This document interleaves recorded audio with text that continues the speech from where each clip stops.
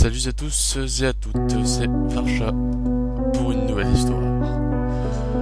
Alors cette histoire s'appelle Don't Play With Your Life. Il est déjà très tard dans la nuit, mais tu ne dors toujours pas. Tu t'en fiches, c'est les vacances après tout. Tu n'as pas sommeil, et tu n'arrives pas à lâcher ta console de jeu. Au bout d'un moment, un besoin pressant te pousse à descendre de ta mezzanine. Tu te diriges vers la toilette tout en continuant ta partie.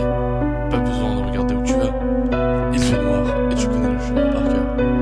Tu sais exactement à quel moment t'écarter pour ne pas trébucher sur la plante en pot qui traîne dans le long du couloir. Tu n'allumes pas la lumière et t'éclaires avec l'écran de ta console. Même lorsque tu as fini, tu restes assis pour finir ton niveau. Pendant ce temps, tu n'as pas encore conscience des dizaines de perdus qui t'observent dans la minuscule pièce. Tu finis par perdre et tu profites de cette pause pour sortir. Tout en te lavant les mains, tu gardes un œil sur l'écran de ta console posé à côté de toi pour voir ton score. Pas terrible. Tu recommences une partie. Tu retraverses le couloir, les yeux rivés sur l'écran, pour rejoindre ta chambre. Tu passes devant plusieurs pièces plongées dans le noir, dont les portes sont restées ouvertes.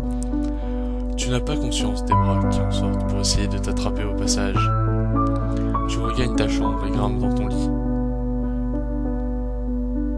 Alors que ton pied quitte les derniers barreaux de l'échelle, tu n'as pas remarqué la main noire et déchiquetée qui a failli saisir ta cheville. Les écouteurs vissés dans les oreilles pour entendre la musique de ton jeu vidéo, tu n'entends pas les monstres sous ton lit qui grondent, menaçants. Tout ce qui occupe ton esprit, c'est ton jeu vidéo. Tu adores ce jeu, il s'appelle Don't Play With Your Life. Tu ne comprends pas le titre, mais c'est plutôt marrant. Le héros est un petit garçon qui doit essayer de sortir de chez lui sans se faire tuer par les monstres qui vivent dans ses maisons. Il n'y a aucun moyen de se défendre.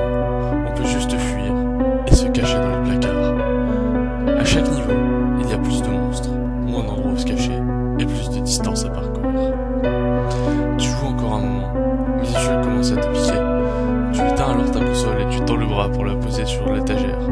La créature sur ton lit en profite pour t'attraper le poignet. Tu hurles, mais c'est trop tard. Tu te réveilles, tu es dans ton lit. Il fait encore nuit. Tu es soulagé, tout ça n'était qu'un cauchemar. Tu regardes par la fenêtre. Le ciel est dégagé, on ne voit pas la lune. Bizarre. Tu essayes de t'endormir, mais il y a des bruits dans la maison. Tu décides de te lever pour aller voir quand tu remarques quelque chose. Ta console de jeu, par terre, cassée, comme si on l'avait fait tomber. Comment est-ce arrivé? Tu l'as pourtant bien posée sur l'étagère. Et puis tu te rappelles de ton rêve, quand la main t'a saisi le poignet et que tu as lâché ta console sur le coup de la surprise. Tout à coup, tu te sens mal. Et si tu n'avais pas rêvé? Tu regardes autour de toi, mais tu ne vois aucun monstre dans ta chambre. En tremblant, tu te diriges vers le couloir pour vérifier la source des bruits. Tu passes la tête par l'encadrement de la porte, puis tu sors. Tu remarques soudain que le couloir n'est pas celui dont tu as l'habitude. Puis tu entends un grognement sourd. Par réflexe, tu te caches dans le premier placard que tu vois. Pourtant, il n'y a pas de placard chez toi à cet endroit. Pas le temps de te poser des questions. Les grognements se rapprochent. Tu entrouvres la porte pour voir ce qu'il se passe. Une silhouette inhumaine passe près de toi sans te voir et s'éloigne. Tu es pétrifié. Tu n'oses pas sortir. Mais ton corps ne t'obéit plus et tu sors contre ta volonté. Tu t'enfonces dans la maison. Cette fois, c'est sûr, ce n'est pas la tienne. Mais comment es-tu arrivé là? Tu tentes de reprendre le contrôle de toi-même. C'est comme si tu étais télécommandé. Tu ne décides de rien. Tu marches au hasard dans cette maison inconnue, quand un cri retentit dans ton dos. Tu te retournes vivement et te retrouves face à face avec une créature hideuse. La peur te tord le ventre. Tu essayes de crier, mais à la place, tu prends la fuite. Tu entends la chose derrière toi qui te poursuit. Pendant que tu cours, un coin de ton cerveau comprend ce qui se passe, mais tu refuses de l'admettre. Tu trébuches et tu t'étales de tout ton long. La créature se penche sur toi. Elle a des mains noires, sinistres, déchiquetées. Alors qu'elle se penche sur toi, le titre de ton jeu vidéo prend alors tout ce sens. Don't play with your life. Ne joue pas avec ta vie.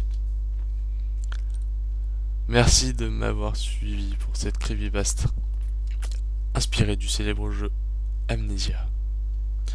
Et à bientôt pour une prochaine.